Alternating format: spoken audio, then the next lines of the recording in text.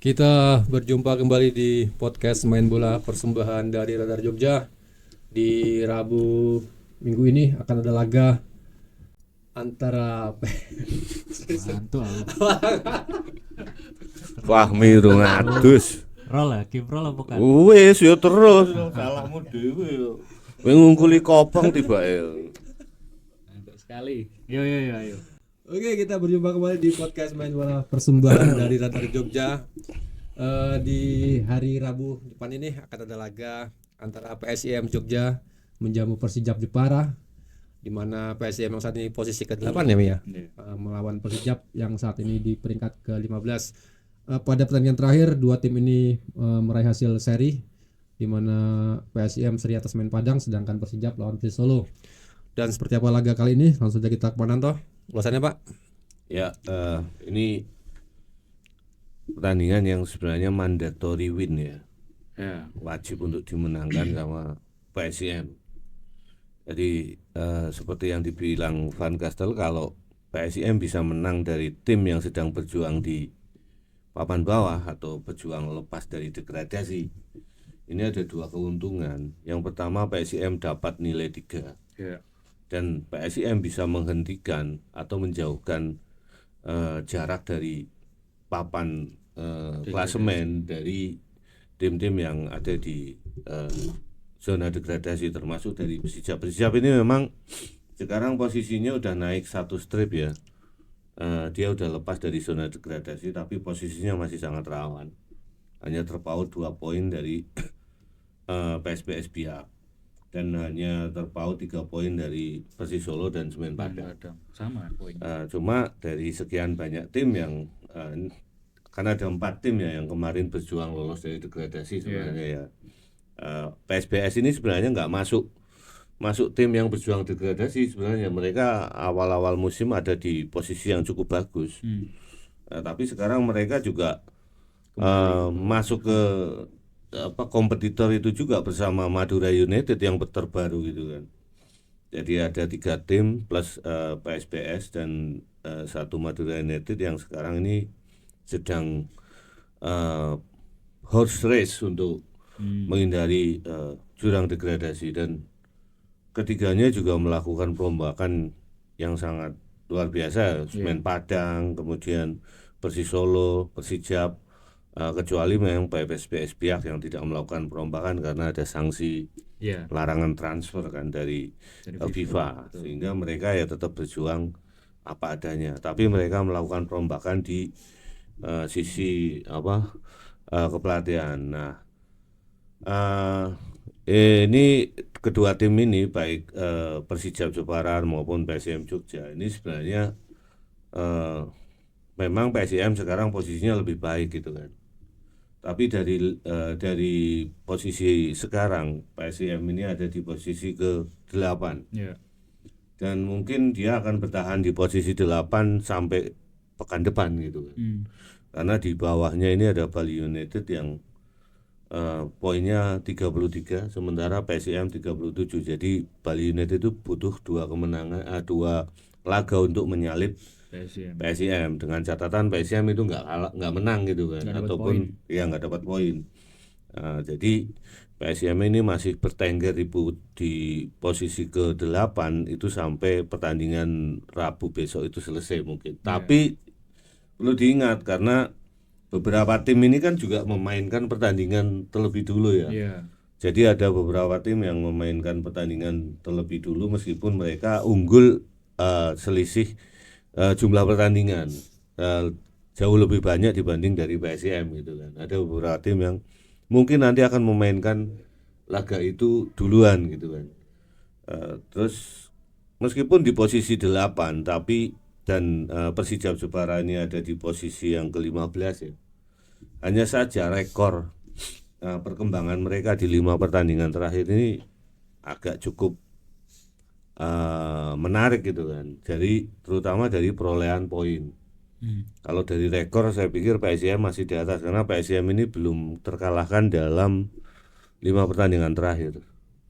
Yaitu 4 kali seri, 1 kali menang kan.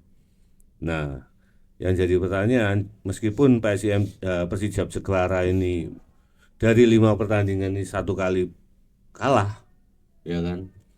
Tapi mereka meraih kemenangan 2 kali dan seri 2 kali. Otomatis nilai mereka ada 8 kan. Dari 5 pertandingan terakhir mereka bisa merekuh nilai 8. Sementara PSIM Jogja dari 5 pertandingan terakhir 7. mereka merekuh nilai 7. Meskipun mereka tidak pernah kalah gitu kan. Nah, inilah perbedaan antara kompetisi yang memakai poin 3 untuk kemenangan dan poin 1 untuk seri kan. Ini perbedaannya di sini. Jadi semakin banyak tim ini meraih kemenangan meskipun mereka kalahnya juga banyak, yang penting serinya juga nggak terlalu banyak, maka posisi di perolehan poin mungkin lebih banyak yang meraih kemenangan lebih banyak dibanding kekalahannya gitu kan. Saya pikir ini menjadi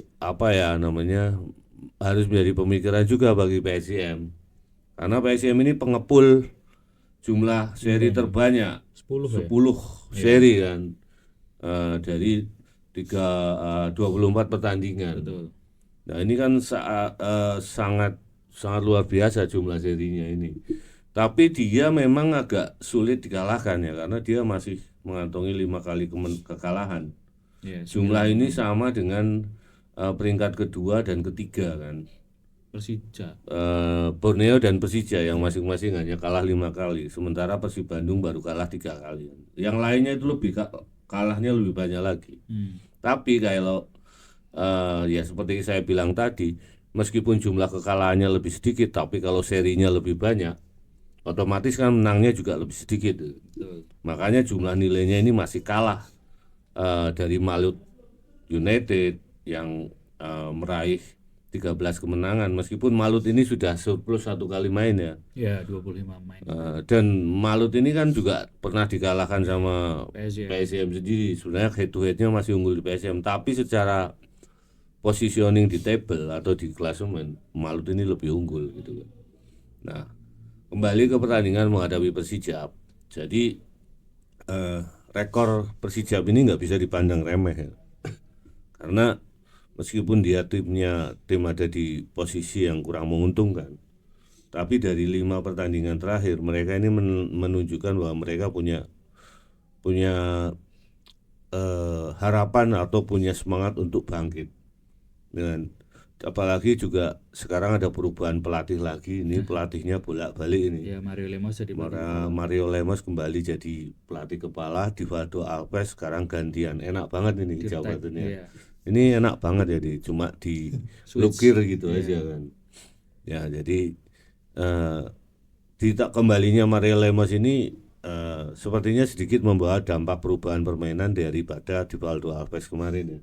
Kalau Divaldo ini kemarin saya ditangani Divaldo, saya nggak melihat adanya perubahan, bahkan saya nggak melihat pola yang jelas dari Persijap Jepara gitu kan. Tapi di bawah Lemos ini tampilan Persijap Jepara ini kelihatan sudah mulai ada nyawanya, mulai ada polanya itu. Meskipun secara secara struktur permainan juga tim ini belum banyak menemukan jati diri mereka gitu kan. Jadi harapan pelatih ini belum kesampaian untuk agar pemainnya ini bisa menerjemahkan strategi ataupun cara main ataupun game plan yang dia harapkan. Cuma apapun Persijap ini juga punya rekor yang cukup bagus ya dibanding dengan PSIM. Jadi dari 6 pertandingan terakhir ya, 2 tim ini belum ada yang saling mengalahkan dan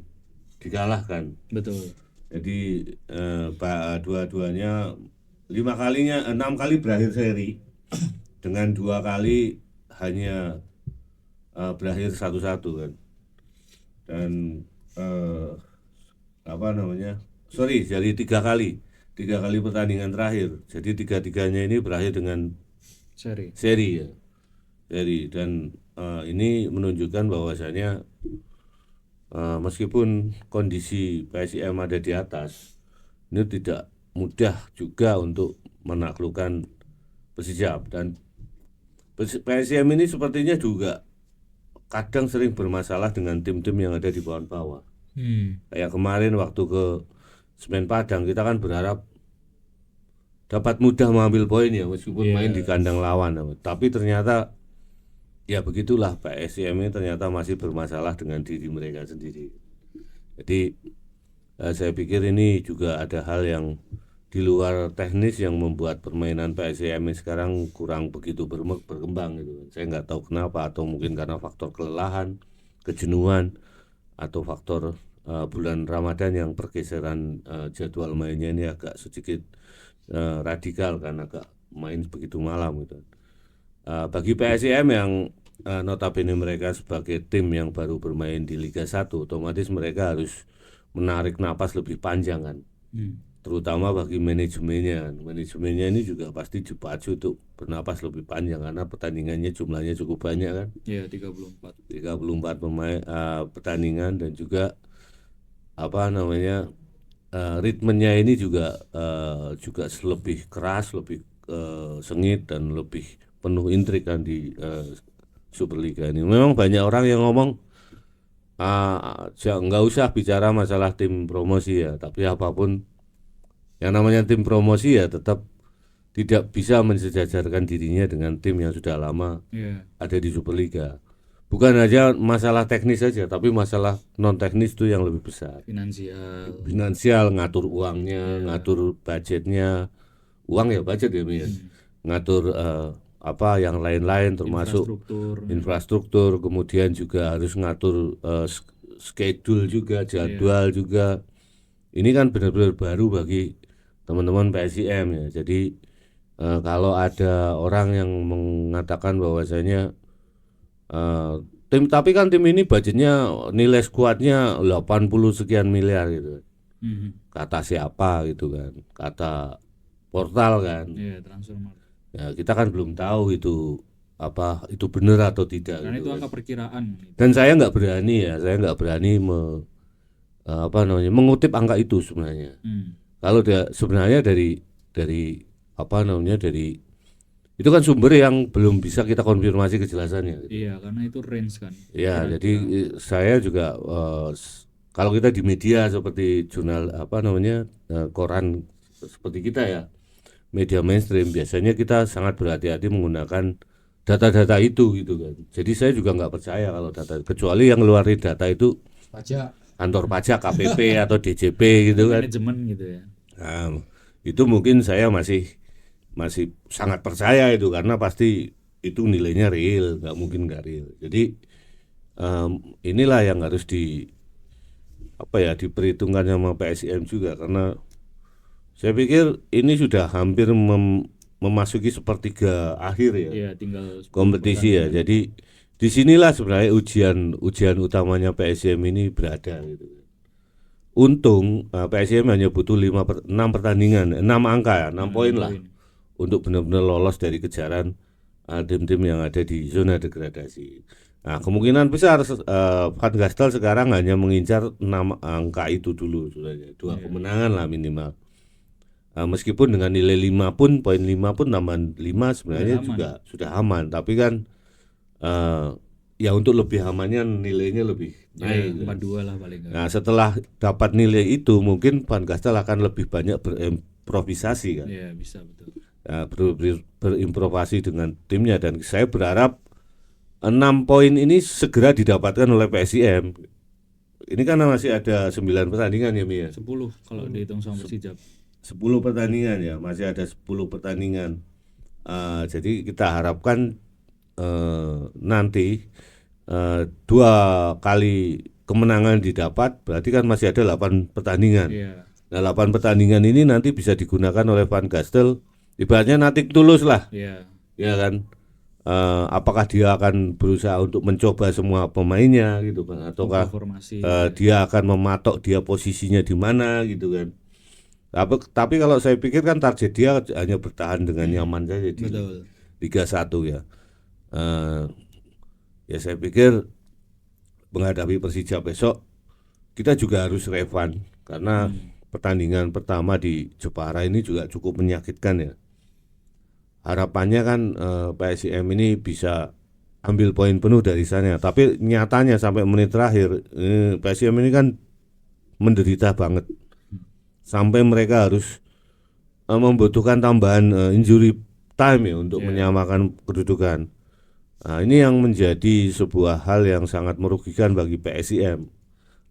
Artinya apa? Mereka bisa mengambil poin sebenarnya dari tim-tim yang sebenarnya secara logika mereka bisa ambil gitu kan. Betul.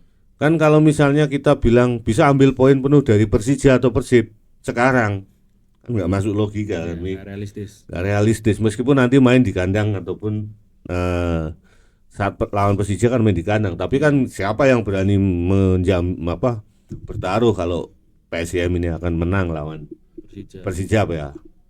Persija bukan Persijap. Nah besok ini kesempatan bagi PSM untuk mengambil penuh angka dari Persijap. Nah persoalannya ini nggak mudah lagi karena tim-tim di bawah ini juga kelihatan menargetkan PSIM juga sebagai salah satu tim yang untuk diambil poinnya.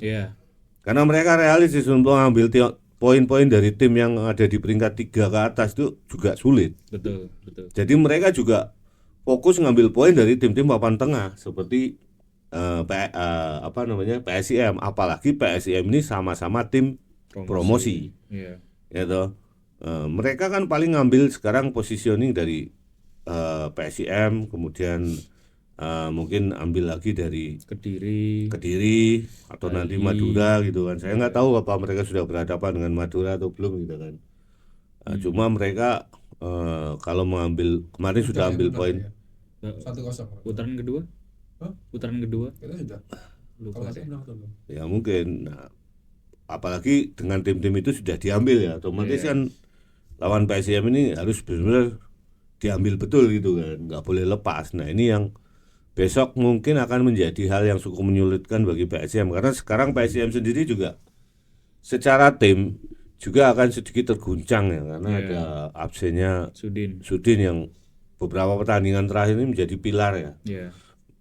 Kemudian meskipun di situ nanti akan balik si Valente.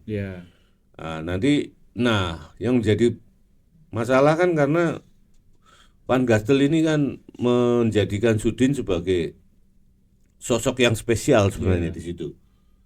Nah ini nanti siapa lagi yang akan diplot di posisi Sudin kita belum tahu.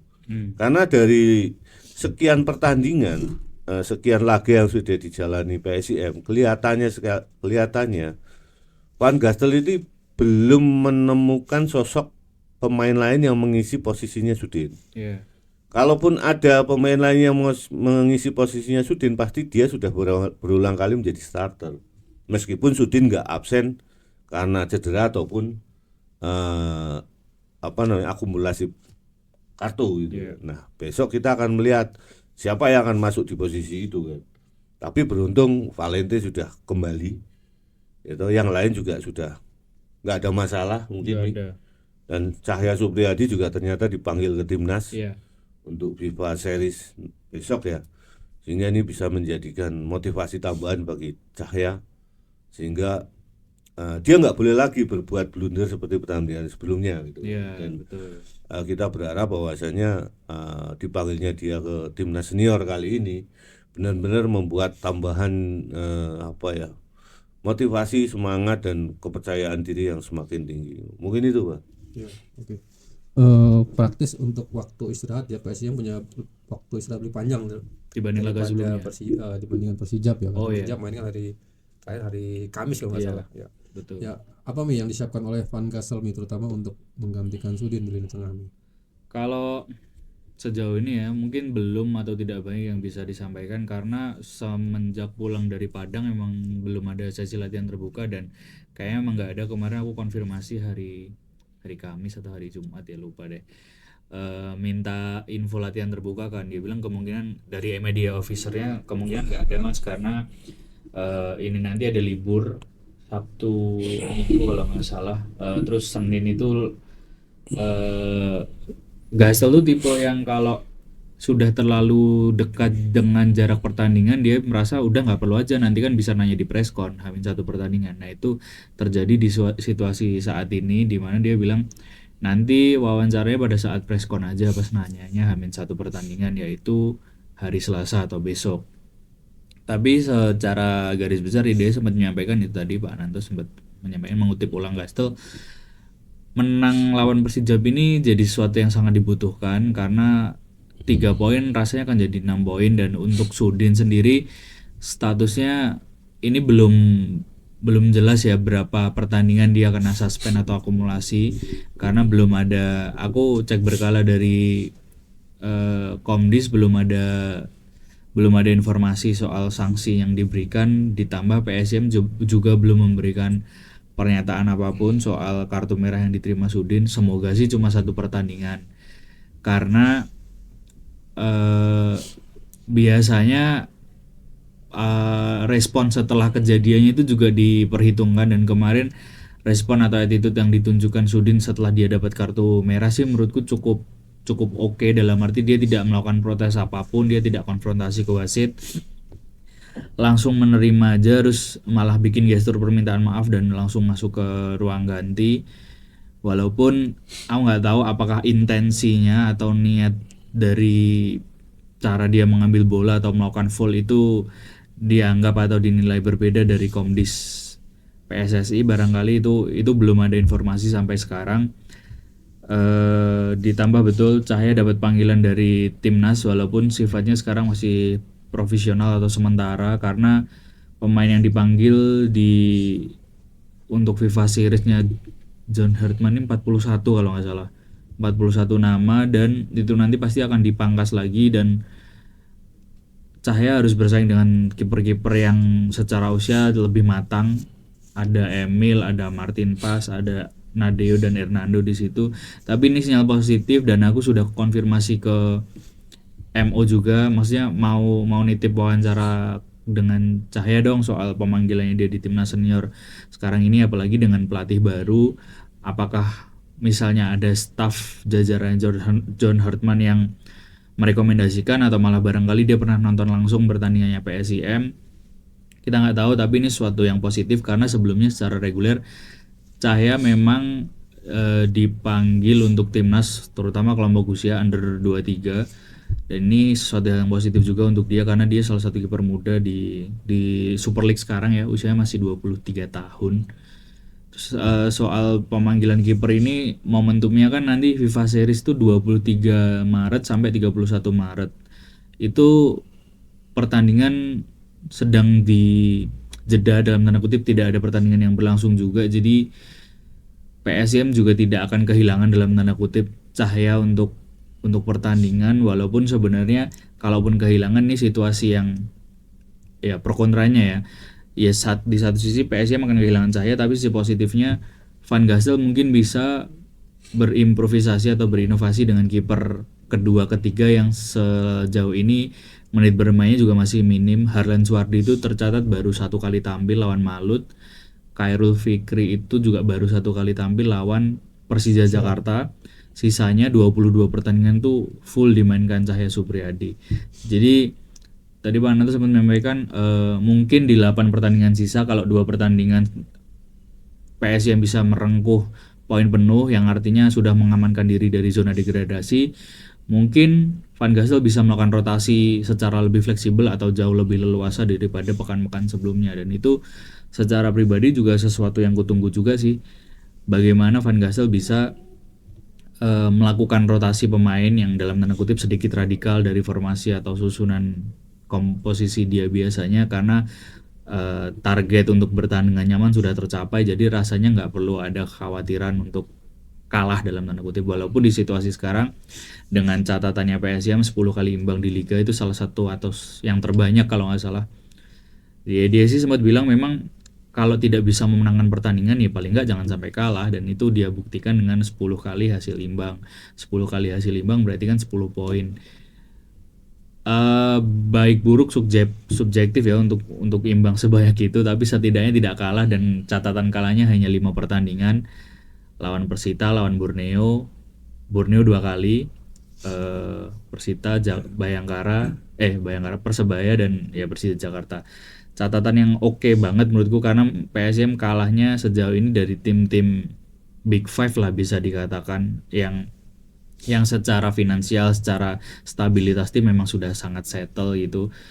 Cuma ini nanti kan di putaran kedua masih banyak tim-tim berat yang akan dihadapi, dan untungnya jadwal-jadwal berat itu ada di akhir kompetisi. Jadi kayak pekan ke-30-an gitu loh.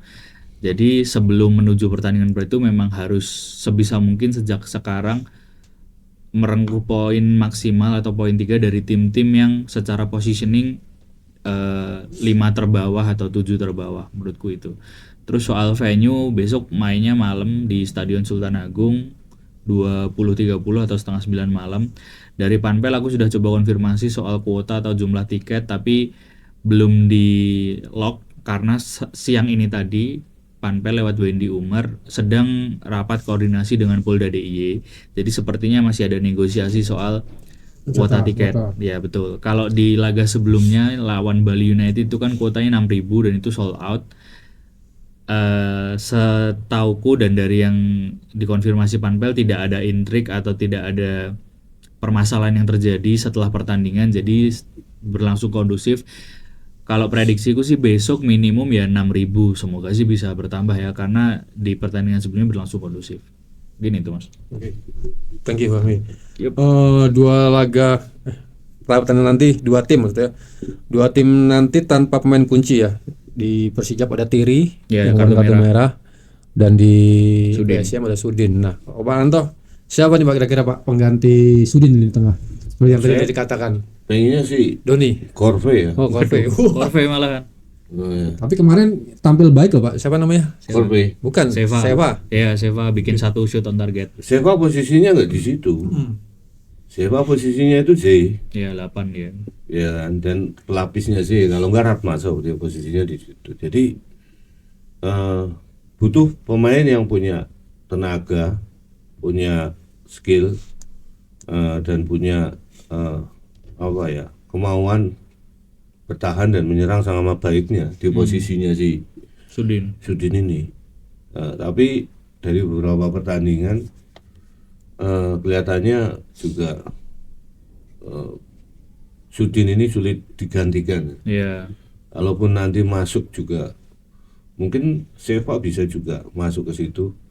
Hanya saja nanti permainan PSIM ini agak sedikit berbeda, agak sedikit bertahan mungkin. Tapi masih posisinya masih ada Valente di situ. Dan kalaupun nanti Doni masuk, saya berharap sih. Tapi harapan saya itu harapan palsu ya. Karena nggak pernah dimainkan dari awal Doni ini. Yeah. Saya sebenarnya pengen main Doni dari awal karena kualitas Doni ini juga cukup bagus. Mungkin nggak posisinya di posisinya si siapa namanya si ini Sudin Menggantikan Rahmatso malahan. ya mungkin tapi kalau Ramaso mungkin nggak akan tergantikan di situ. Iya, dia nomor. Justru mungkin duetnya itu nanti juga akan dia Ratmaso kemudian mungkin saya akan ditaruh agak sedikit ke depan ya untuk mensuplai si Aljeta. Tapi kalau melihat permainan Aljeta dari 3 pertandingan terakhir kemarin ya saya pikir sebenarnya ini sudah game over bagi Aljeta sebenarnya. Nggak ada hal yang bisa dia berikan kontribusinya ke PSIM. Yeah. Ya satu asis menghadapi siapa namanya Bali United. Tapi sebenarnya kan kalau dia bisa memanfaatkan peluang-peluang di awal pertandingan menghadapi Bali United itu kan mungkin PSIM nggak perlu harus berdarah-darah seperti kemarin menghadapi Bali United ataupun saat menghadapi Semen Padang gitu kan. Jadi bisa killing game lebih awal dengan gol-gol yang harusnya lahir dari kaki atau kepalanya Aljeta ini. Iya, betul. Sepertinya Aljeta ini sudah deadlock banget dan sudah saatnya untuk digantikan lah perannya itu kan. Ya mungkin masuk si Corve di situ. Hanya ya penggantinya cuma Corve aja, lain nggak ada gitu kan. Fase ini juga belum tahu kapan bermainnya gitu kan. Ya tapi di pertandingan sebelumnya juga Corve ini mungkin sulit untuk mendapat kepercayaan penuh dari Van Gastel ya. Dari menit pertama Dari menit agak susah, dari tampil 2 menit pertama agak susah karena mungkin Van Gastel juga melihat bahwa kualitas Corve ini juga nggak lebih baik daripada Alceta.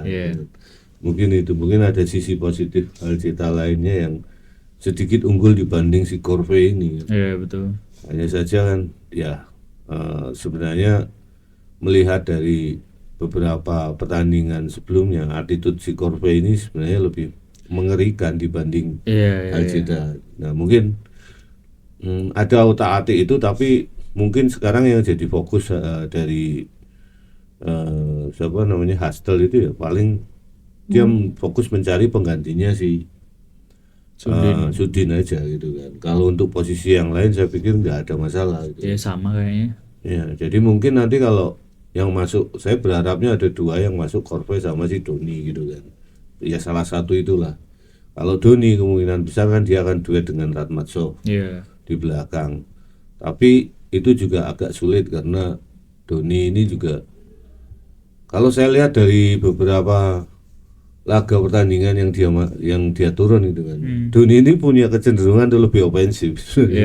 Kakinya ini kelihatan gatal untuk naik ke depan gitu kan. Positioningnya juga dia sering masuk ke kotak penalti ya, dan ini yang bagus sebenarnya dari pemain ini ya. Kita berharap Doni bisa masuk lah, ini kesempatan kan. Ada satu gelandang yang absen, Doni bisa masuk. Saya masih menantikan itu.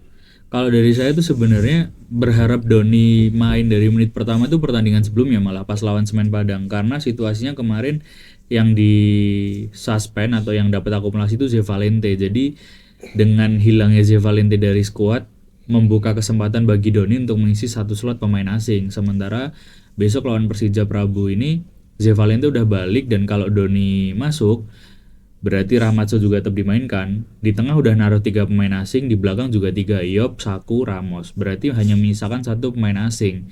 Pilihannya antara membuang atau mencadangkan Vidal atau Alceta, dan itu pilihan yang akan sulit lagi untuk Gastel. Kalau sebenarnya saya juga sama sih Pak, maksudnya menanti atau menunggu kesempatan Doni main dari menit pertama, tapi kok rasanya dengan komposisi dan keterbatasan kuota pemain asing, kecil kemungkinan dia untuk main dari menit pertama besok lawan Persija, kecuali dia menggantikan Rahmatso. Tapi melihat form dan penampilannya Rahmatso sejauh ini secara reguler, kecil kemungkinan dia akan digantikan. Harusnya betul lawan Semen Padang itu harusnya Doni main dari menit pertama, malah kemarin nggak main. Terus untuk posisinya Sudin, kalau dari sudut pandangku besok yang akan menggantikan Seva sih tetap, walaupun ofensivitasnya Sudin memang jauh lebih tinggi, tapi kalau dari pola yang ada memang substitusinya Sudin tuh ya Seva sejauh ini. Nggak ada pemain lain yang lebih oke dalam tanda kutip. Kalau Z besok masuk, otomatis Doni nggak bisa main ya? Maksudnya? Nggak bisa main. Kecuali Vidal, ya? Iya, Vidal dan Alceta harus dipilih salah satu untuk cadangan, karena kan maksimum 7. Iya. Ya agak bingung kan, makanya harusnya lawan Semen Padang tuh kesempatannya Doni. Tapi secara kondisi gimana sih? Doni sudah 100% fit. Sudah 100% fit Mas. Dia tuh bahkan dari awal Februari udah merasa fit dan siap dimainkan, tapi akhirnya kan dimainkan baru pas lawan Bali United itu kan. Itu kalau nggak salah tanggal 23 Februari. Pekan terakhir Februari lah. Dia sebenarnya dia udah pengen dimainkan dari awal-awal Februari itu sebelum puasa. Tapi ya Gastel sekali lagi dia menunggu pemain untuk benar-benar fit dan siap, tidak hanya secara fisik ya, mungkin secara psikologis dan mental. Nah untuk Anton ya nggak tahu, karena dari Gastel bilang Anton progresnya belum cukup signifikan untuk bisa kembali ke lapang, jangankan ke tim untuk masuk DSP ya, untuk latihan bersama para pemain lain aja tuh Anton belum, karena dia masih latihannya terpisah, ditambah dikuatkan oleh tim dokter. Anton fase penyembuhannya lebih lama dari yang kami perkirakan. Yang kami perkirakan sekitar 6 sampai 8 minggu, tapi sekarang penyembuhannya sedikit lebih lama karena menunggu retakan di jempolnya itu nyambung atau nyatu kembali gitulah kurang lebih. Jadi masih menunggu itu. Tapi kalau dia sih udah kembali ke tim ikut latihan. Sebelumnya kan benar-benar ngilang nggak ada di latihan sama sekali kan, tapi sekarang udah kembali ke tim walaupun masih latihan secara terpisah ditemani tim medis. Oke. Kalau nonton laga terakhir, Nanto, antara Persijap lawan Persis kemarin, apakah skuad masih berada di papan bawah ya? Apakah skuad Persijap ini cukup membahayakan, Pak? Secara kualitas mungkin sama seperti Persis yang selama nyusahin PSIM atau juga Biak atau Semen Padang. Ya, jadi Persijap sekarang mainnya lebih terorganisasi. Mereka kelihatan sudah punya pola. Padahal pelatih tetap ya sama ya kan. itu aja pelatihnya kan. Belum nyatu, pemain asingnya banyak yang baru soalnya. Ya, tapi karakter mereka sudah mulai kelihatan. Karakter cara menyerangnya, kemudian sentuhan 1-2 permainan dan keseimbangan timnya ini sudah terjaga. Cuma kan besok si backnya itu kemarin Rubio kalau nggak salah yang kena kartu merah. Iya, Tiri, iya betul, Rubio. Nah, ini nggak bisa main kan. Sebenarnya ini pemain ini punya kecepatan untuk menutup ruang-ruang yang ditinggalkan oleh pemain-pemain gelandang bertahan ataupun double stopper lainnya untuk naik gitu kan. Tapi saya pikir besok juga ada beberapa pemain lama yang cukup cukup bagus tampil di putaran pertama saat memperkuat Persijap gitu kan. Mungkin ada substitusinya di situ. Jadi saya pikir timnya Persijap ini punya materi pemain yang cukup gemuk gitu kan. Iya betul. Cukup gemuk. Mereka kelihatan memaksimalkan kuota pemain asing. Jadi ada beberapa pemain asing yang didatangkan di putaran kedua ini. Mereka langsung dimainkan gitu kan, tanpa harus adaptasi pertandingan, harus apa, pokoknya langsung dimainkan. Spanyol begitu administrasinya beres gitu kan, langsung dimainkan, nggak kayak PSIM. Cuma nambah 1. Nambah 1 itu pun juga tidak langsung dimainkan, sangat berhati-hati. Jadi kelihatan sekali memang timnya ini beda paradigmanya ya, beda apa namanya? Malah lebih mirip kayak Persis Solo. Iya, karena mereka mungkin ingin cepat-cepat ambisinya betul memaksimalkan pemain yang ada. Gitu. Jadi soal urusan gue ini semuanya betul. Ya pokoknya dimainkan. Gitu. Bener itu. Itu saja kan.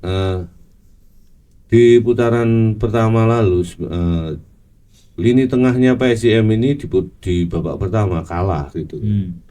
Nah besok nggak boleh itu terjadi lagi. Padahal di situ juga sudah ada si Valente, Ratmasov kalau nggak salah juga sudah main ya maksudnya. Cuma yang bocor di PSIM waktu putaran pertama itu ada di sayap-sayapnya. Nah ini problem sayapnya juga belum sembuh, terutama di sayap kanan. Raka Cahyana ini kan masih angin-anginan ini, ya kan. Jadi dia masih kelihatan apa ya? Secara kualitas individu masih bagus, tapi saya melihat di beberapa pertandingan dia itu kayak apa slip of mind atau apa gitu kan, kayak dia bingung gitu kan, confused dengan dia sering out of position lah intinya seperti itu. Jadi tahu-tahu saat ada posisi serangan yang memerlukan dia tuh nggak di situ. Dan ini yang juga sempat tertangkap dalam beberapa pertandingan laga PSIM, terutama saat laga home ya. Dan banyak gol-gol yang lahir dari situ. Dari sektornya dia. Ya, ini sudah beberapa permainan dia nggak main kan. Kemarin main tapi lawan Biak tidak. Lawan Biak nggak dimainkan kan. Di situ ada si Rio. Dan saya prefer lebih suka Rio sekarang gitu kan. Lebih safe saya melihat Rio. Dan Rio kemarin juga lawan Padang juga masuk kalau nggak salah kan. Iya. Babak kedua betul. Menggantikan si Raka ini kan. Nah, saya pikir Rio lebih matang secara pemahaman mungkin ya. Ya karena dari usia juga lebih matang jauh. Dan pengalamannya juga cukup tinggi, dan saya pikir mungkin yang nggak punya Rio itu kan kecepatan, tapi Raka juga nggak punya kecepatan banget kan sebenarnya. Ya, ini ada di situ. Kalau di sisi kiri sudah menjadi jaminan mutu, di situ ada Yusaku Iya, kan. Yusaku udah mengamankan tempat bisa dibilang. Nah, kemudian besok juga si siapa Abioso juga main di situ juga. Jadi nggak ada problem di situ. Problem PSIM itu ya ada di sayap kanan ya, wing left apa Full back kanan. kanan sama striker sebenarnya. Itu saja. Kalau di lini tengah meskipun besok si Sudin ini nggak main, tapi saya pikir nggak ada problem di situ selama si Valente, Ratmasov, Vidal masih juga main itu. Nah, yang jadi masalah ini kan sebenarnya di positioningnya si left back, full back kanan itu. Iya. Kalau full back kiri sekarang udah ada solusinya, Yusaku dimasukkan situ. Meskipun Yusaku sendiri juga masih kagok ya. Ya masih Stamina yang kagok. dikeluarkan lebih banyak soalnya. Ya dan koordinasinya dia dengan siapa namanya si Abioso ini juga kadang masih tersendat gitu. Abioso ini kurang bisa memahami pergerakannya Yusaku. Saya lebih prefer kalau misalnya Andi Irfan yang main di situ.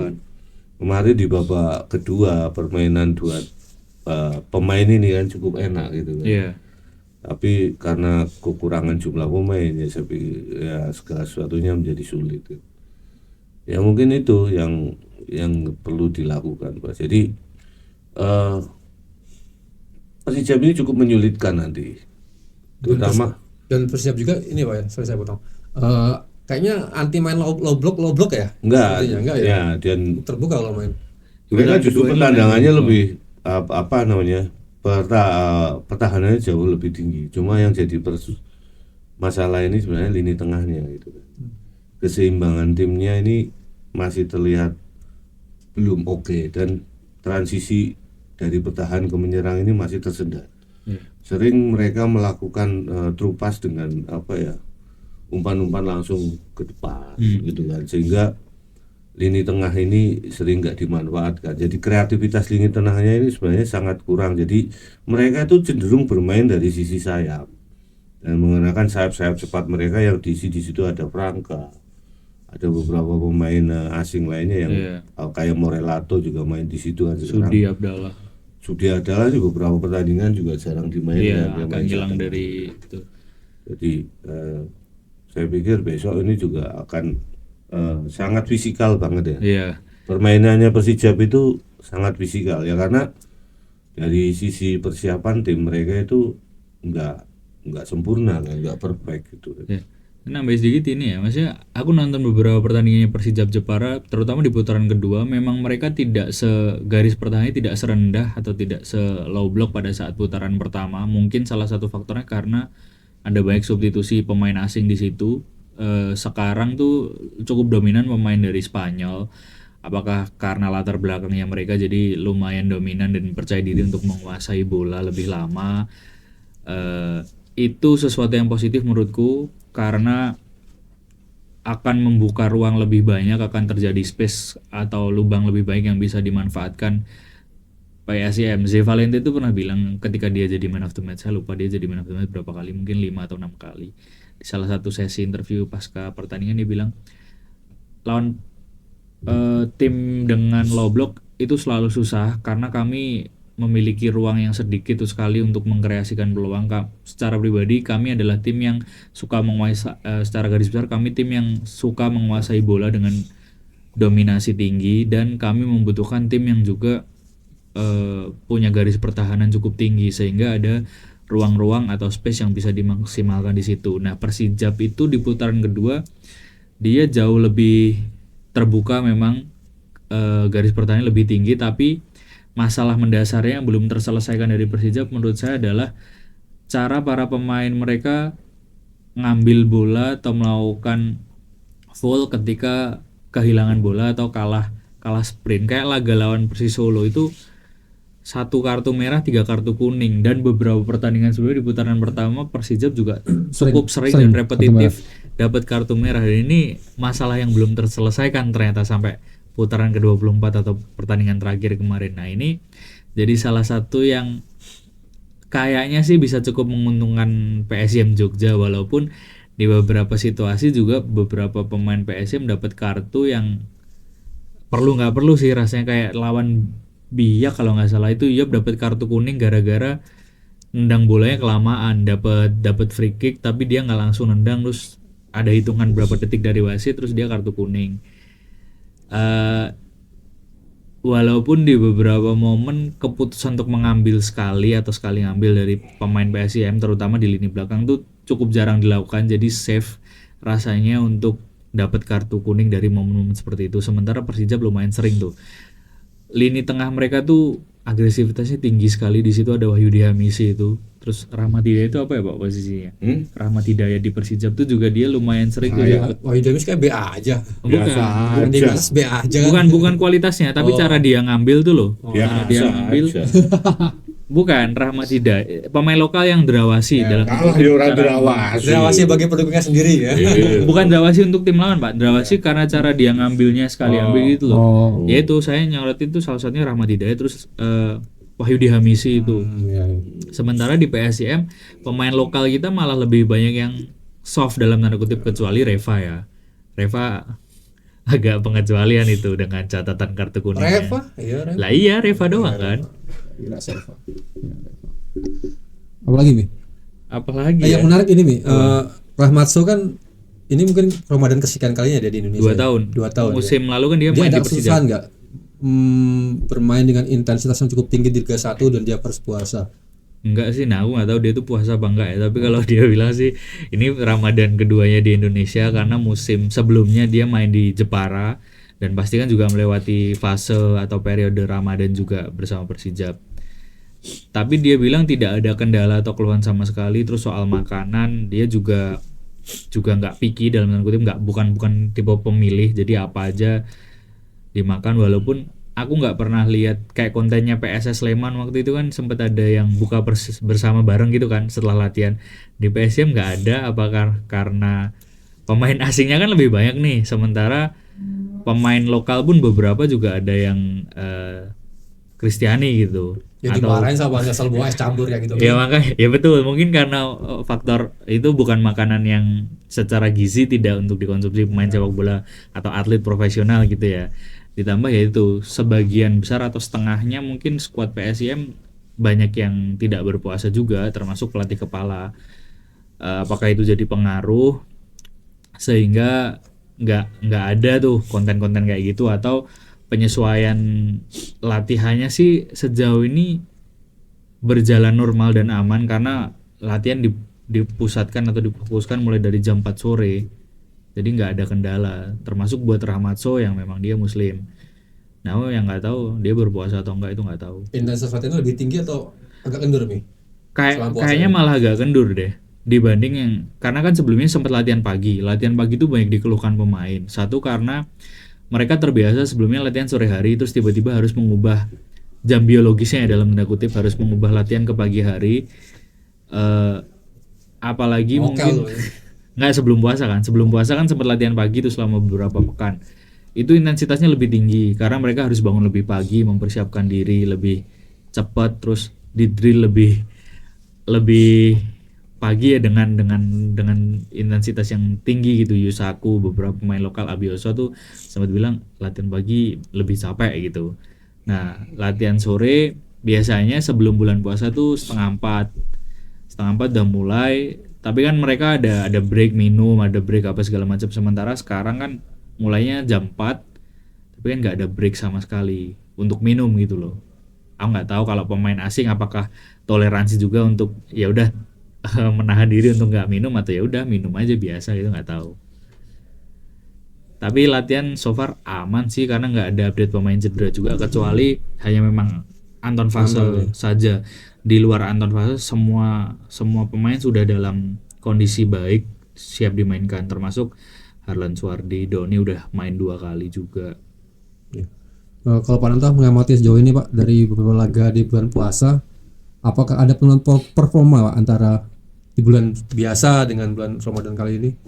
Menurut saya bukan masalah puasanya sih Pak, tapi karena masalah Jam kick off-nya. bukan juga. Karena apa ya namanya, ya kalau saya sih masalahnya cuma stuck di situ-situ aja karena materi pemainnya nggak bisa mendukung apa yang dimainkan oleh pelatih gitu. Maksudnya ya sudah, kemampuan PSM ya cuma sampai di sini sebenarnya. Untuk approve lebih tinggi kan sulit. Karena faktor pemain tadi Pak ya. Ya karena minim sekali pemainnya kan. Ya. Kalau saya tuh nyoroti striker ya Pak sekarang. Maksudnya dengan 2 pertandingan secara beruntun Haljeta digantikan, yang mana selama 22 pekan sebelumnya dia selalu bermain full, walaupun itu misalnya mainnya bagus atau mainnya buruk gitu, selalu dimainkan 90 menit. Terus tiba-tiba lawan Biak, lawan Semen Padang, Haljeta tidak bermain penuh, terlepas misalnya kram yang dialami ya. Perasaan di pertandingan-pertandingan sebelumnya juga dia pernah kram tapi tetap dipaksakan kan.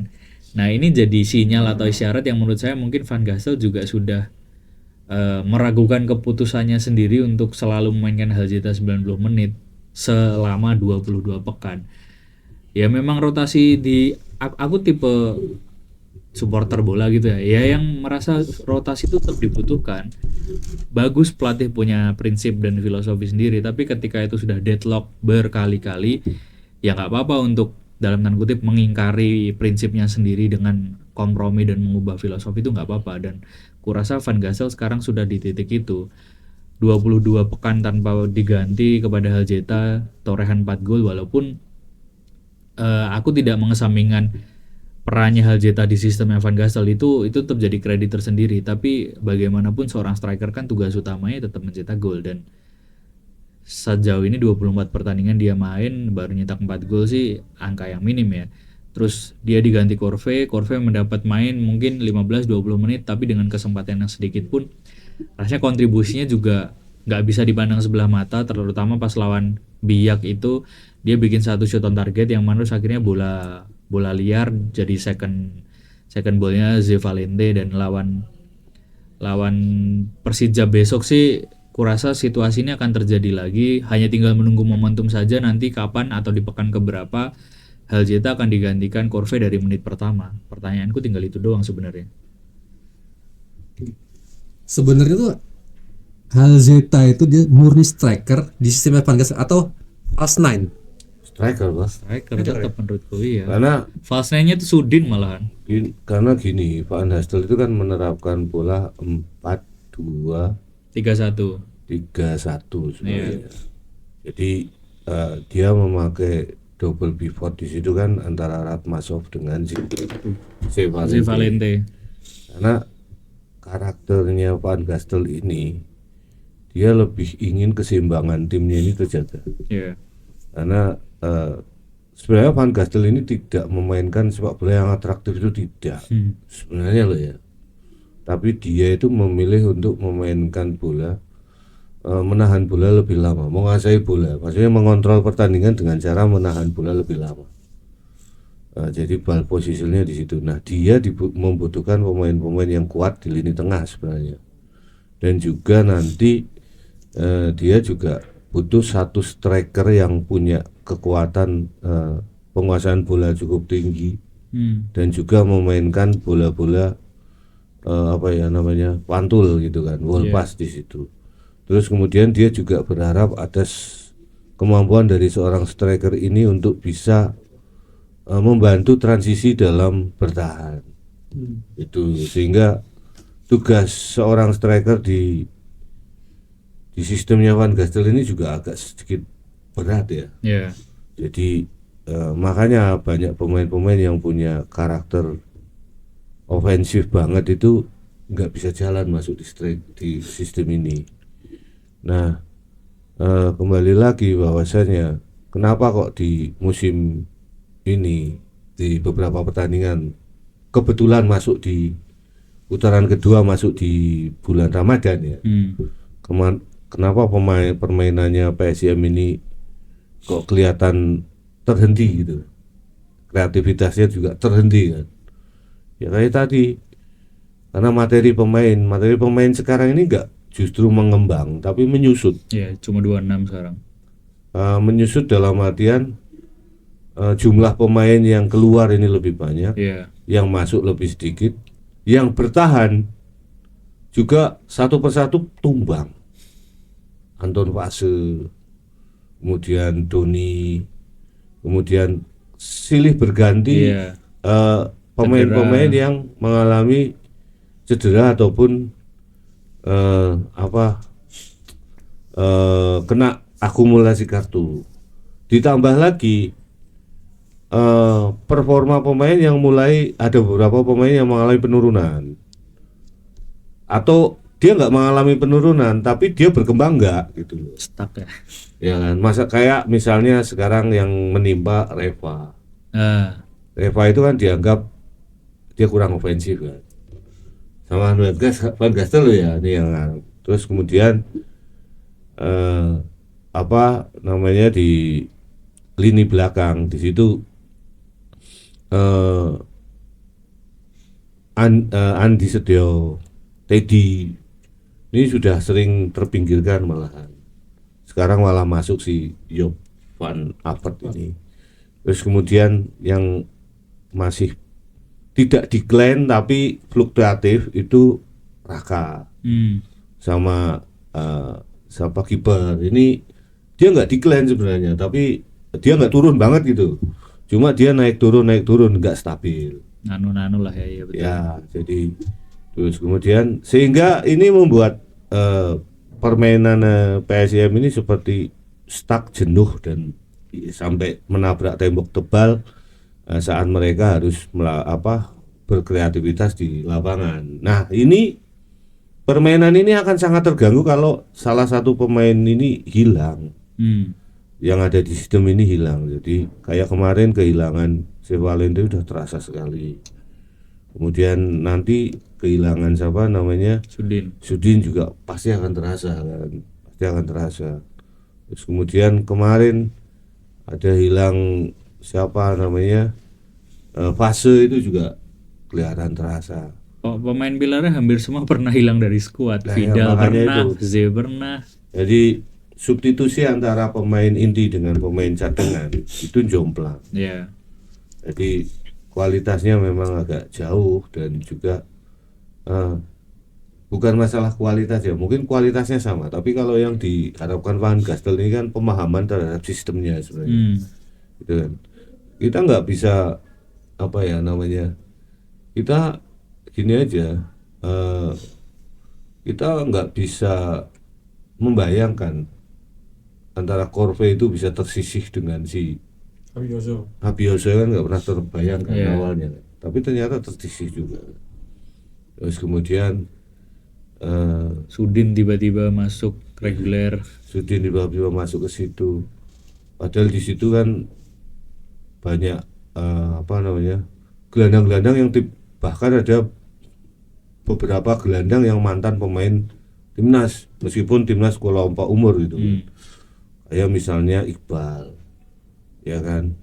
Ini kan yang membuat kita itu bertanya. Kemudian Kasim Botan itu terlempar dari orbitnya itu dengan mudah dia dilepas ke Semen Padang gitu. Mungkin yang agak sedikit masih digondeli sama Van Gastel ini kan Andi Irfan sama si Abioso. Ya memang dia membuktikan diri juga sih. Ya, Van Gastel menganggap bahwa dua pemain ini masih punya potensi yang sangat bagus, sangat panjang, dan dia bisa dan mampu dan mau untuk beradaptasi dengan standar tinggi yang diterapkan oleh Van Gastel. Tadi kan ngomong bahwasanya Van Gastel ini kan pelatih yang nggak mudah. Standar dia tinggi gitu. Jadi ada nanti orang sulitnya sih bagi pemain untuk beradaptasi dengan strateginya. Apakah strateginya Van Gastel ini sangat sulit? Tanyakan ke Razi dan juga ke staf pelatih, staf pemain dari PSIM. Kalau menurut saya memang agak sulit untuk pemain kita ini beradaptasi dengan apa yang diinginkan oleh Van Gastel. Karena Van Gastel ini saklek, dia mau standarnya sekian gitu. Dia nggak mau menurunkan itu. Jadi inilah yang membuat pemain-pemain permainan PSIM ini stuck gitu kan, stuck sampai ya bahkan terlihat monoton kan, maksudnya menghadapi Semen Padang aja kelihatan kesulitan gitu kan. Terus menghadapi Persis Solo juga kelihatan kesulitan. Terus menghadapi tim-tim yang levelnya lebih tinggi kayak Perseba yang malah kalahnya kebobolannya lebih banyak. Mungkin itu Pak. Nambahin sedikit ini ya, masih tadi Pak Nanto sempat menyampaikan permainan PSM yang tidak cukup atraktif gitu ya. Ya memang saya pun merasa gini, kayak di podcast sebelumnya nanya kan, contoh permainan yang monoton itu seperti apa gitu. Saya mungkin nggak bisa menjawab, tapi mungkin gini, bagi orang-orang yang suka menonton tim dengan gol-gol banyak, memang akan bosan mungkin melihat PSM karena capaian golnya dalam pertandingan mereka tidak cukup tinggi. Salah satu yang tertinggi atau mungkin yang paling tinggi kemenangannya kan cuma lawan Madura United 3-0. Selain itu defisit golnya itu pasti selalu rendah. Satu 52 4-2. 42. Iya, maksudnya defisitnya cuma 2 gol tuh Mas. Beda kayak misalnya tim-tim yang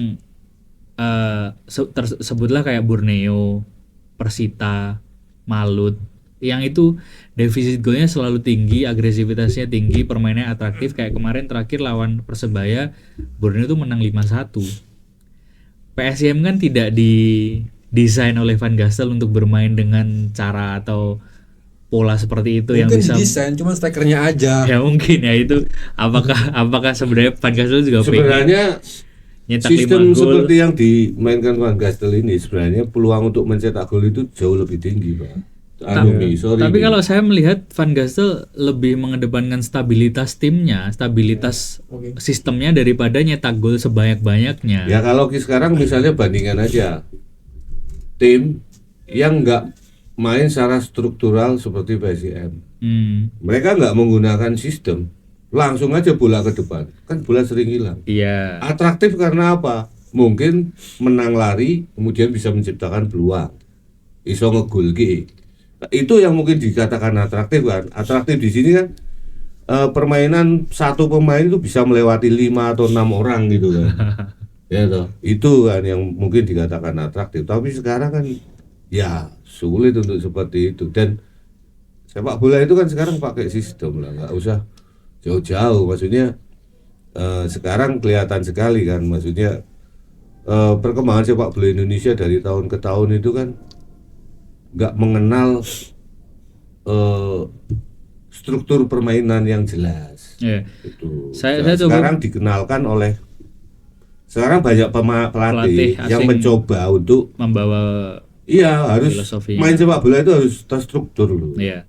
Sedikit terstruktur gitu loh. Nggak asal gitu kan. Asal tendang, asal pelayon gitu. Makanya ini Pak Nanto, saya coba mengamati itu Malut United, produktivitas golnya mereka tinggi sekali, tapi ketika nonton saya nggak terlalu tahu struktur timnya tuh ini maunya kayak gimana sih pelatih, karena polanya cenderung sama, bola ditendang ke area winger. Malut itu beda nih. Malut itu karena pemainnya itu sudah sudah jadi semua itu. Dan mereka main di Liga Indonesia itu udah betul lama. Sekarang nggak, yang namanya Yakob Sayuri, Hanse Sayuri diduetkan sama David Da Silva, Ciro. Kemudian yang mainnya seperti itu. Jadi pelatih itu nggak perlu mereka itu. Tapi kalau pemain-pemain ini main dalam sistem pelatih yang punya struktur, belum tentu mereka itu bisa main. Betul, itu poin saya. Maksudnya saya tidak merasa kok ini tidak ada involvement strategi dari Henry Susilo, karena pemainnya terkesan ya sudah main semaunya mereka, tapi kok ya jago gitu loh. Ya memang karena itu kualitas individu. Iya betul. Kualitas individunya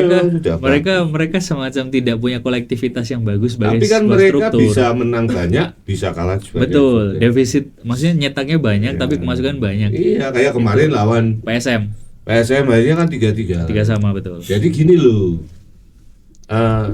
Sekarang kenapa kak liga-liga itu menerapkan struktur permainan sepak bola ini kan 90 menit. Iya. Ya kan. Malut itu biasanya mereka ngegas di awal. Iya, 60 menit. Tapi setelah akhir pertandingan sering bolong kan. Betul. Sama dengan Persija. Persija itu gas kenceng. Itu tim gas kenceng itu. Strukturnya, tapi sayang struktur mereka itu kan belum sempurna. Bagaimana saat mereka harus memainkan endurance pemain-pemainnya. Ini kan pemain kan bukan, dalam artian tidak semuanya punya standar level permainan Iya. 90 menit. Betul. Ya kan. Pemain ini ya ada gembosnya juga. Banyak gembosnya. Makanya kenapa pelatih-pelatih sekarang tim-tim Eropa itu memainkan sepak bola dengan struktur, karena mereka sadar bahwa permainan sepak bola ini 90 menit itu harus sama kalau kita lari maraton jarak jauh. Misalnya gue harap biasanya pemain-pemain pelari maraton, kalau yang atlet profesional mereka santai lah, Slow di awal, betul. enggak slow tapi kan Stabil ya. stabil. Iya. Ya mereka akan naik sampai Bukan pada sprint kan ya. ya pada waktu tertentu mereka nanti akan kecepatannya melebihi orang yang lari Iya, sprint dari kenceng dan tapi dia nggak punya ritme. Nah, main sepak bola kan sekarang pakai ritme, sehingga apa?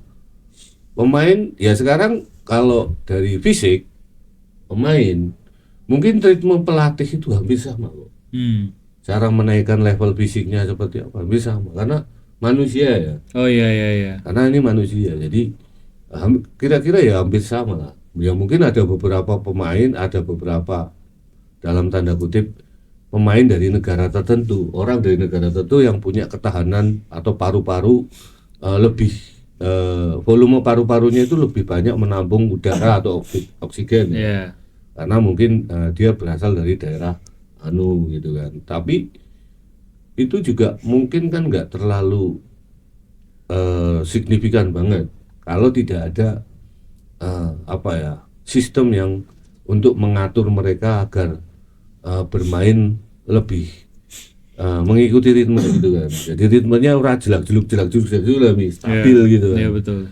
Nah, ini yang sering kehilangan momentum itu seperti ini. Nah, ini yang masih banyak terjadi di Liga Indonesia. Jadi intensitas pertandingan itu tidak terjaga secara stagnan, Spartan selama 90 menit. Tapi kadang ngegas di awal, ngerti-ngerti belum habis mereka fisiknya. Ya, menit 70-an tuh biasanya udah banyak yang habis. Dan gaya permainan sepak bola Indonesia dulu atraktif. Liga Indonesia dulu katanya atraktif banget. Saling menyerang. Nggak ada tempo untuk maksudnya nggak ada transisi. Ya. Begitu dapat bola ya lari ke depan gitu kan. Nggak ada yang mengendurkan intensitas, nggak ada, betul. Akhirnya apa? Stamina pemain-pemain Indonesia itu cuma 70 menit. Iya. Begitu main di level ASEAN lawan Thailand, Vietnam, mereka yang sudah mengenal sepak bola secara struktur ya habis.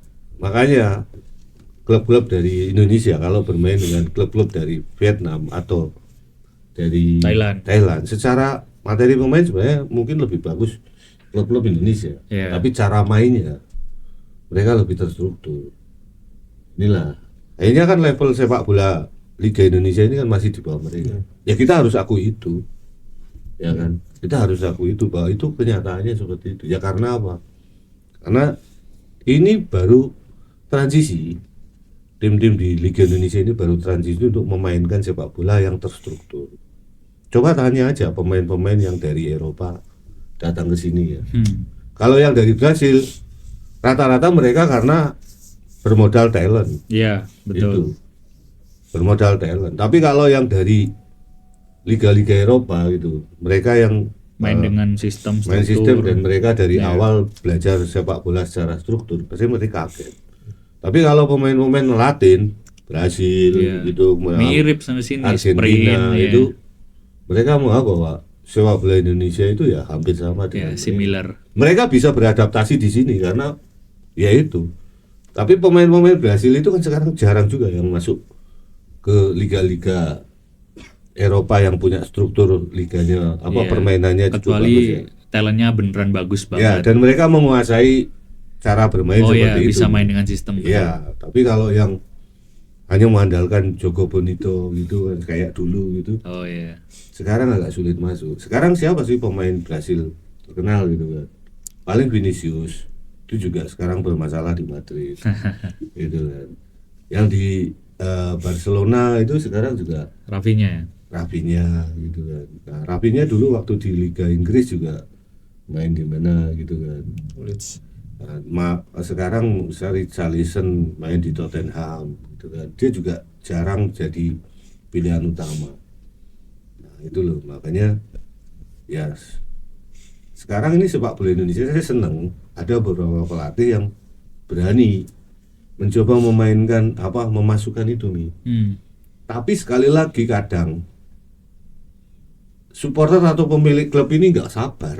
Iya itu permasalahannya betul. Nggak sabar. Mereka inginnya timnya ini menang terus Gak gitu kan. realistis ya benar. Ya toh.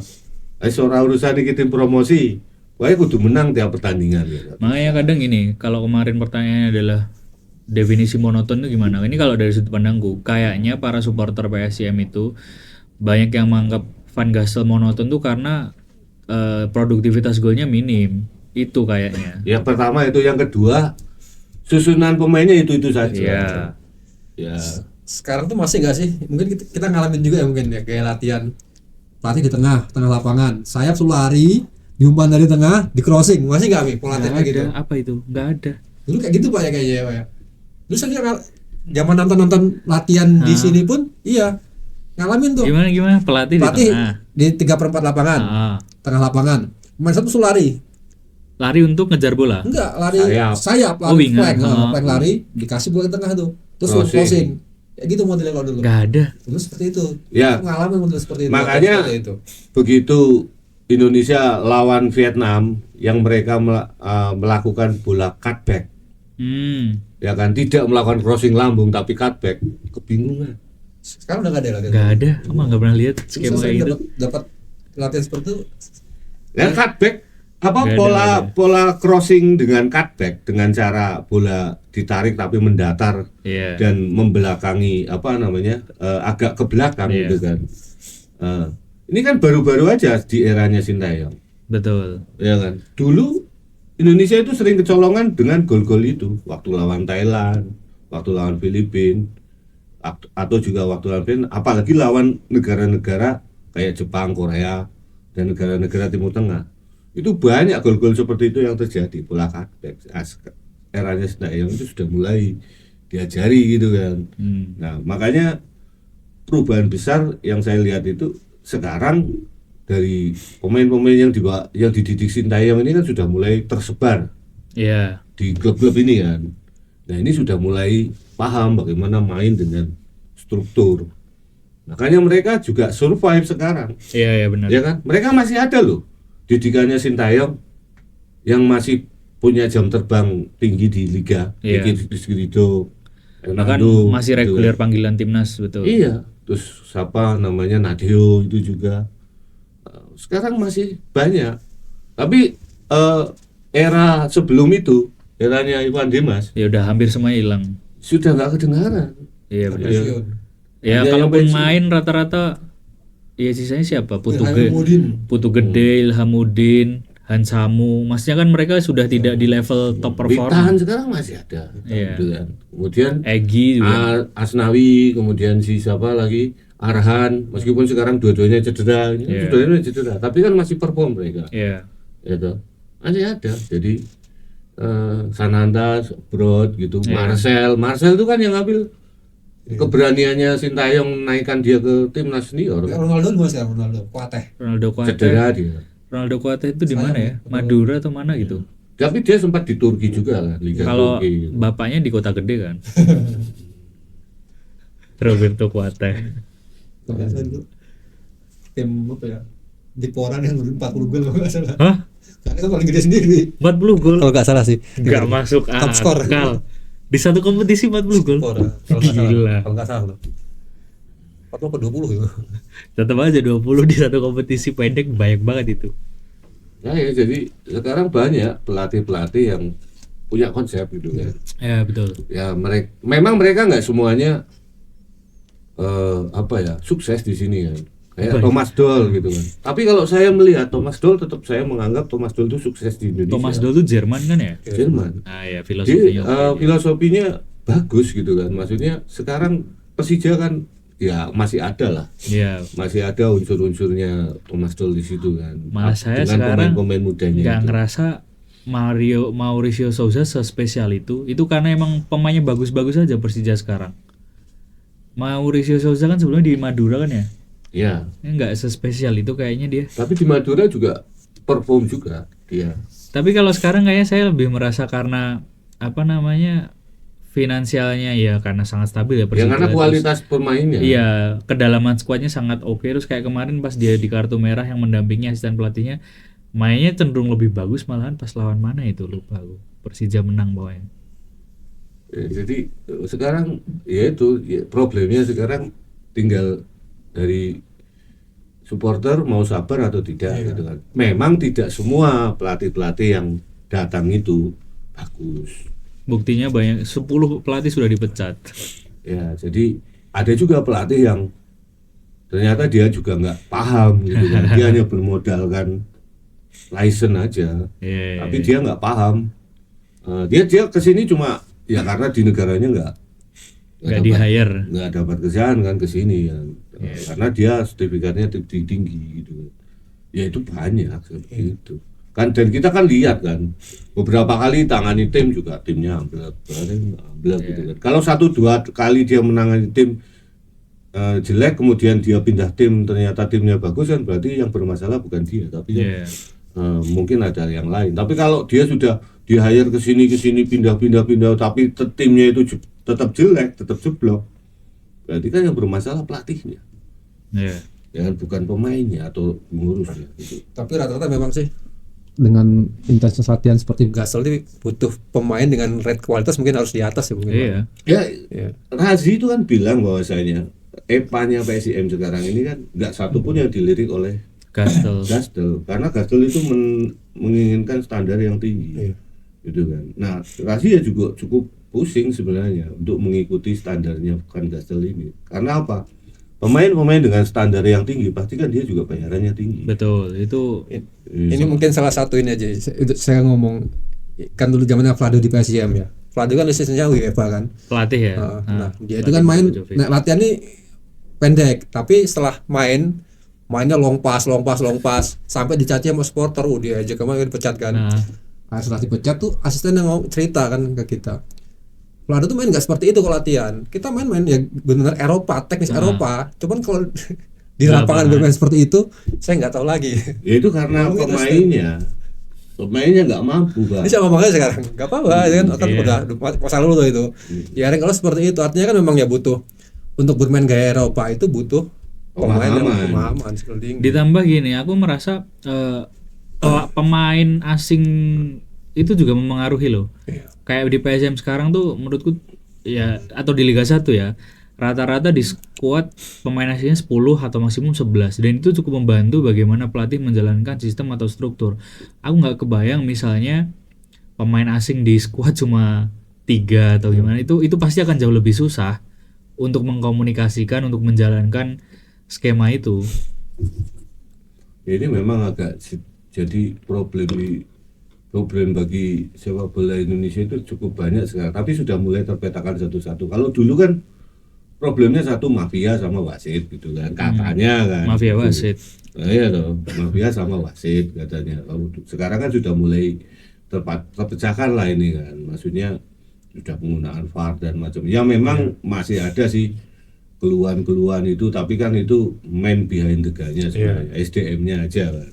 Kalau masalah teknologi kan ya sekarang kan VAR banyak yang dikritik juga gitu kan. Nah, tapi apakah tanpa VAR nanti pertandingan ini jadi lebih adil kan juga. Ya sesuatu pasti ada plus minusnya, tapi kan dengan adanya VAR ini mungkin 80% lah sudah mengubah wajah sepak bola Indonesia. Iya, keputusan-keputusan. Ya dan tapi itu juga karena dari pihak dari PSSI sendiri juga komitmennya juga jalan. Nah sekarang yang jadi masalah ini kan banyak isu, banyak omongan yang sebenarnya itu nggak perlu lah. Misalnya dalam tanda kutip papa-papaan gitu loh, itu nggak usah lah gitu kan. Nanti justru akan menimbulkan suudon dari supporter. Jadi menimbulkan saling curiga bahwasanya ini mafia ini hidup lagi gitu kan. Padahal kan belum tentu itu semuanya terjadi. Apakah karena ini ownernya ini masuk dalam pengurusan ini, apakah nanti akan mempengaruhi liga ini secara keseluruhan gitu kan? Janganlah seperti itu. Jadi nggak perlulah, dan banyak pengurus juga yang ngomongnya kelebihan gitu. Iya. Ngomongnya, ya saya paham karena mereka kan inginnya tim ini menang gitu saya. Tapi ingat bahwasanya kemenangan yang instan ya memang akan membawa kejayaan ya, akan membawa legacy, tapi legasinya itu kan cuma dilihat enggak panjang umur Ya, gitu sementara kan. juga itu. Iya. Nah sekarang contoh misalnya banyak klub yang sudah mulai membangun fondasi yang cukup bagus, mulai dari finansial mereka bangun gitu kan, kayak Persib Bandung. Akhirnya legasinya ini terjaga, kontinuitas terjaga gitu loh. Nah mungkin ini yang akan menjadi prototipe bagi tim-tim yang ada di Liga Indonesia. Jadi tim-tim yang sekarang ibaratnya belonjo atau membangun tim seperti membangun tim Tarkam, ya kan? Ini makin lama makin tergerus mungkin gitu. Makanya kadang saya tuh berkaca gini, saya bukan supporter PSM, tapi kalau saya membayangkan saya jadi supporter PSM di situasi sekarang, saya sih happy dengan pencapaian tim. Nggak menang setiap pekan, tapi stabilitasnya tuh terlihat bahwa oh ini tuh ada banyak pembenahan, ada banyak visi yang sudah dijalankan, perlahan jadi semakin serius, jadi semakin profesional, which is good kalau aku sebagai supporter PSM. Ya tapi ya ternyata atau belum ya, mungkin belum semua supporter bisa punya kedewasaan untuk sabar terhadap proses dan melihat tim ini berprogres. Maunya menang setiap pekan, nggak realistis bro. Ya nggak apa-apa Bi, mereka bayar. Iya. Gitu. Ini kayak pembahasan pekan lalu jatuhnya. Udah itu bak suara aja yuk. Udah sejam lebih ya. Sejam berapa? Jam 30. Jam 20. Set. Kayak kemarin deh. Kok panjang amat tuh ya. Lama Fahmi ngantuk. Poso tenanan. bro. Tebak skor? Itu masih ada sal satu ya? Ya, hadiahnya sal kalau bener ya. Entah menang kalah dan seri kita kasih sal. Udah taruh aja situ lah. Sial Sal PSM. PSM ya? Ya. Oke. Sal ini lumayan juga kok. Kalau keluar negeri bisa dipakai. Misalnya ke Old Trafford. Pas di winter ya. Keren. Ah iya betul. Hooligan biasanya gitu ya signing. Udah ya. Tebak skor. PSM menang lah 1-0 aja. Mana tuh? Nah ini cenderungnya seri terus ya.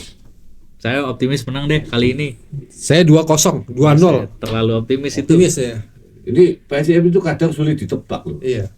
Sangat sulit ditebak loh. Iya. PSM itu sulit, justru salah satu tim yang sulit ditebak. Salah satu tebakan, satu-satunya tebakan yang bener cuma pas lawan Bayangkara. Saya nebak 1-0, itu bener tuh. Karena kadang apa ya, trademark ataupun permainan pertandingan kemarin Nggak bisa dijadikan itu nggak bisa dijadikan patokan kalau mainnya akan seperti itu gitu loh. Betul. Jadi PSM ini ya itu timnya ini belum stabil, masih naik turun gitu kan. Tapi secara pondasi tim ini sebenarnya sudah punya pondasi gitu kan. Cuma ya itu karena akhirnya apa? Karena pondasi baru sampai ke pondasi, belum sampai ke atap atau tembok gitu kan. Jadi ya menangnya mereka itu jarang, banyak serinya gitu. Jadi tapi ini salah satu tim yang sulit diprediksi loh. Iya, sulit prediksi. Nah sekarang lawan Persebaya kita menang di sana 1-0 loh. 1-0. Main di kandang sendiri harapannya menang 2-0 atau 3-0, malah dibantai. Itu. Dan itu lucu. Lawan Bali itu Di sana 3-1. 3-1, di sini kalah 3-0 dulu. Prediksi 4-0 padahal. Ya, Iya jadi itu aneh banget. ini problemnya juga di sini. Jadi apa ya? Permainan sebelumnya ini harusnya dipertahankan ya. Kalau udah bagus dipertahankan, nanti jangan drop lagi di pertandingan. Nah mungkin kamu bisa nanya itu nih ke Van Gastel. Van Gastel pasti juga tahu itu. Tidak konsisten. Jadi pertandingan kemarin itu nggak bisa dijadikan patokan. Besok PSM itu akan main seperti itu gitu. Maksudnya kalau mungkin apa ya namanya skemanya mungkin sama gitu kan. Tapi apa ya mainnya itu kok nggak kayak kemarin gitu. Kemarin kayak smooth dan sebagainya itu. Aksi reaksi pemain Ya, terhadap mungkin nanti bisa situasi. ditanyakan ke Van Gastel masalahnya apa. Terus yang pertama, yang kedua gini tanyakan lagi, kamu belum pernah nanya. Apa perbedaan pemain Indonesia sama pemain dia waktu di Eropa gitu. Secara dasar itu apa itu kan. Terus yang kedua, yang berikutnya mungkin apakah sistem yang Anda jalankan ini memang agak sulit dipahami oleh pemain-pemain Indonesia gitu. Kalau iya, kenapa? Wih, simpel nih pertanyaan. Aku titip pertanyaan ini. Siap. Orang tekan. Apa uteknya orangnya ada? Oke gitu loh. Ini juga pertanyaan dari netizen juga, banyak netizen yang penasaran gitu loh. Jadi nanti kita nggak saling suudon, dikira kene iki apa ya ngarani sing ora-ora gitu loh nih. Iya, siap. Jadi kritik-kritikan pemain kita sendiri. Saya ingat Vlado itu saya ngomong waktu kalah. Bro, saya tidak pernah ngajarkan dia untuk bermain long pass. Tapi realisasi di lapangan ya seperti itu. Ya karena itu banyak faktor, Pak. Karena yang pertama agility kemampuan pemain, mental, dan juga karena fisik. Ya sudah. Karena gaya main seperti itu kan butuh fisik yang kuat. Pelatih juga harus sadar harusnya. Nah, si Gastel ini kan mungkin beda sama Valdo ya. Beda Pak ya. Kalau Valdo kan sih pengennya gitu langsung gitu kan. Tapi kan sing ini datang ini kan sudah paham ternyata wah ini nendang bal ini urung lenceng belum lurus ini nendang bal ini passing ini uji meleto dicek PO2 max-nya rata-rata di bawah semua gitu kan. Terus kemudian endurance-nya hanya sampai 60 menit. Kalau saya paksa dengan sistem ini ya jalan. Makanya Vlado gagal. Itu. Kalau pemainnya oke kabeh, Pak. Iya. Apalagi pemain yang punya nama sulit untuk diajak begitu, Pak. Ya, benar. Oke, udah. Oke.